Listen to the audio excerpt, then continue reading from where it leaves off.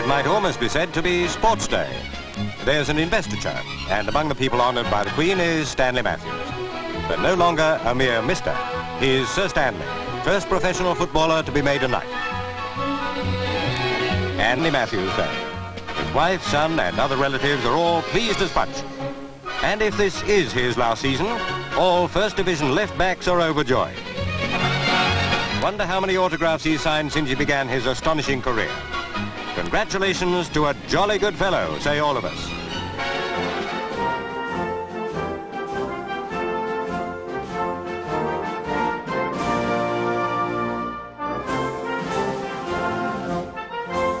I used to play with a little tennis ball against the wall, and I think that's where I learned all the ball control, passing in and out and so on and so on. And I think it's very important for young kids to do that. In those days, things were pretty tough. To get a football, you couldn't afford it. And sometimes we played with a pig's bladder. Used to go to the butchers and say, have you got a pig's bladder? Used to and play with that. Played with everything, tin cans. The cobbled streets of Hanley were home to the Matthews family. Stanley, born in 1915, being the third of four brothers.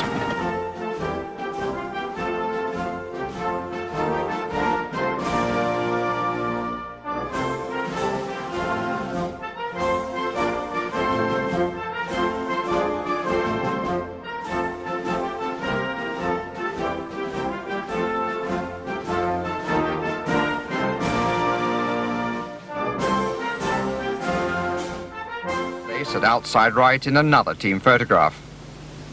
But this time, Matthews joined 10 others who had made it for his full international debut. Tom Cooper is England's captain. Ninian Park is crowded with 40,000 cheering Welshmen. No tougher international debut could have been chosen for a boy of 19. But Stanley Matthews, just 2 years a professional, comes through his ordeal with flying colours. Brooke and Tilson, that famous Manchester City pair, score 3 goals between them. And then Stanley Matthews weighs in with one, a goal in his first international. In the next 3 years, he won only 3 more caps.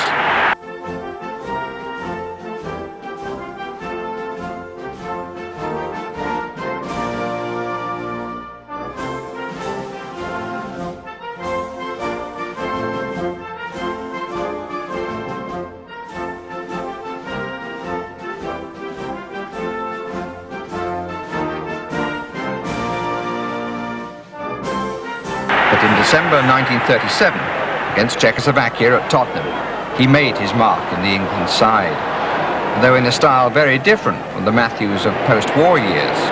He's still outside the penalty area when he shoots, and what a sizzling goal it is! Because of injuries, Matthews is playing inside right, and there's another Matthews goal to come. And Stanley hasn't finished yet. There is another Matthews goal coming, another left footer. It was the only hat-trick of his international career.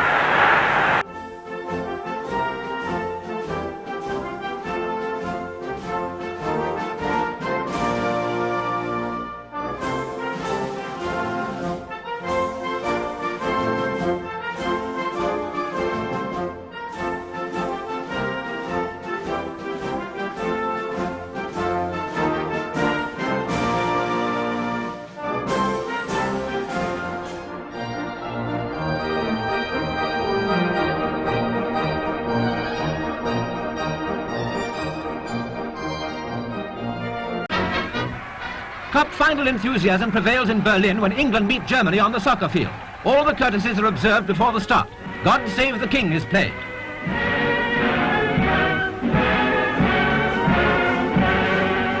And the English team in white shirts give the Nazi salute during the German national anthem.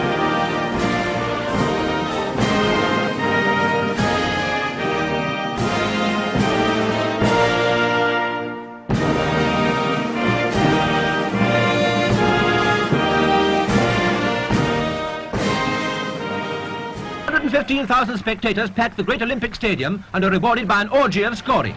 After England have taken a 3-1 lead, Matthews, their right winger, runs through to add a fourth.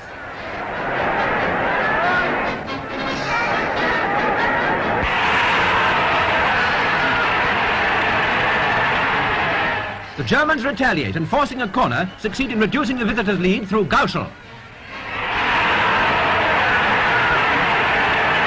With the score 4-2 in their favour, England are well on top. Robinson, their inside right, adds another with a hard drive. Germany are fated only to score once more, despite game efforts against a superior side. Their hopes of drawing level are finally extinguished when Goulden seizes an opportunity and makes it 6-3.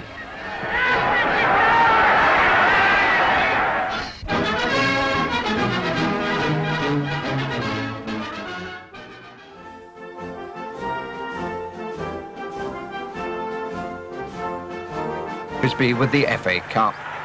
It's January 1947, Cup Day. Stoke are playing Tottenham, and Stanley Matthews is there in the number 7 shirt in the 6.5 size boots, all adding up to 5 foot 9 inches of football magic. Crowds are at their peak. Everyone wants to see Stanley Matthews.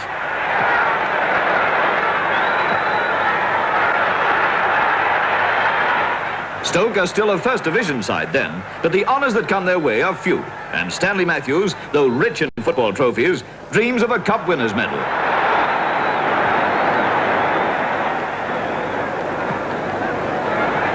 No one knows it then, but this is Stanley Matthews' last season in the colours of Stoke City.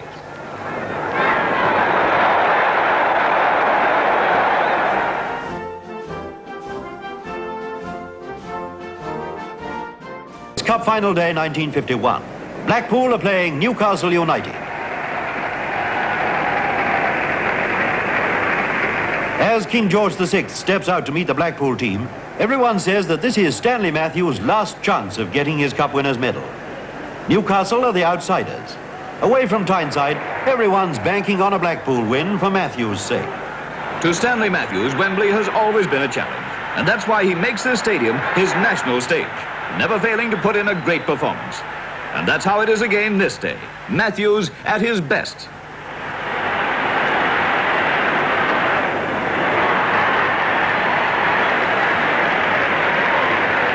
But it's Newcastle who know how to grab their chances. The ball comes to Milburn. A quick glance to make sure he's not offside, and the first blow is struck at Blackpool's hopes.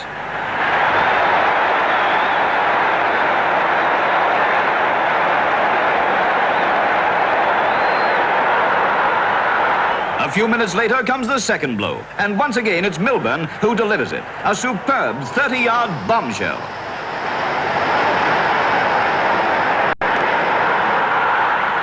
Matthews pulls out all he knows, and though Blackpool are 2 down, he so dominates the game that not even the staunchest Tynesider is sure that Matthews can't change it all.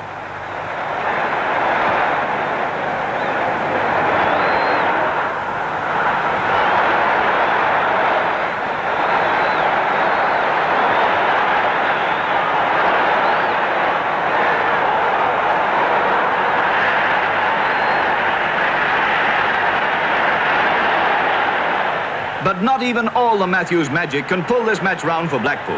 A last shot of defiance zooms over the bar, but it brings only a pat of sympathy for Stanley Matthews. His last chance had gone, a loser's medal in 1948, and another now. The press said he would retire, and the country shed a tear for him.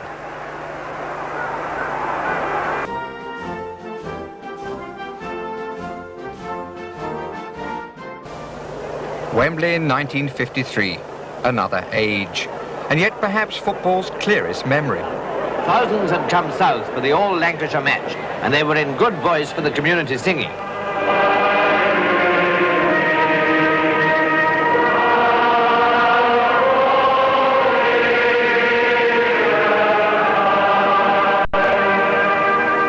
In their dressing room, Bolton prepared for battle, determined to triumph under the leadership of Billy Moyer.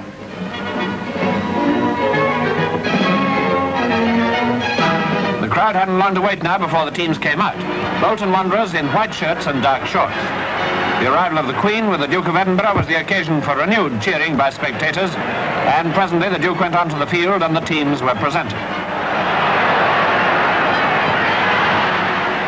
In those days, every player wanted a cup final medal. There's no doubt about it. The ball was set in motion by Blackpool's centre-forward, Mortensen.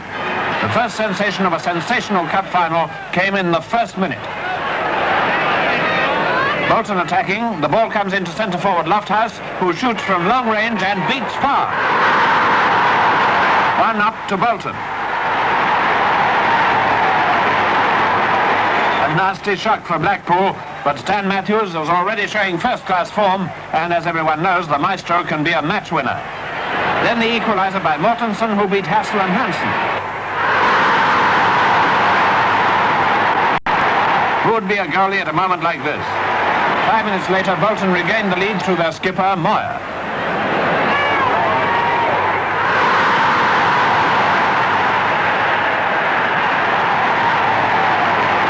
So the Royal spectators and the great Wembley throng saw Bolton kick off in the second half with a goal in hand.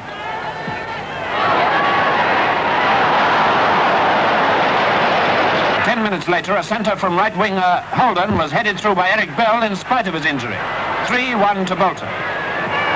Blackpool's second goal followed a centre from Matthews, which Hansen failed to clear. Mortensen did the rest. Bolton 3, Blackpool 2, and still time for more sensation. Now Mortensen takes a free kick and scores.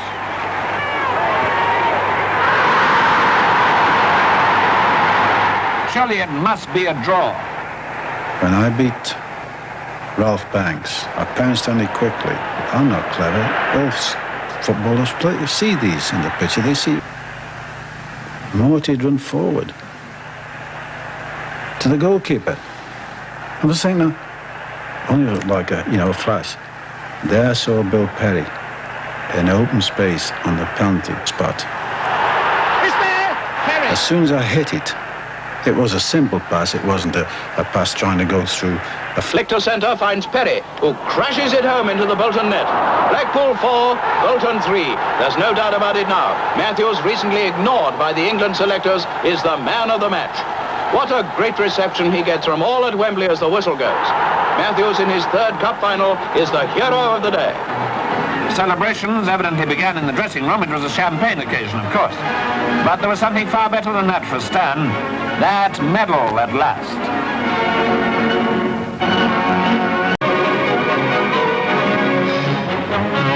The cup winners no doubt thought the luggage rack was the safest place for the trophy on their journey north.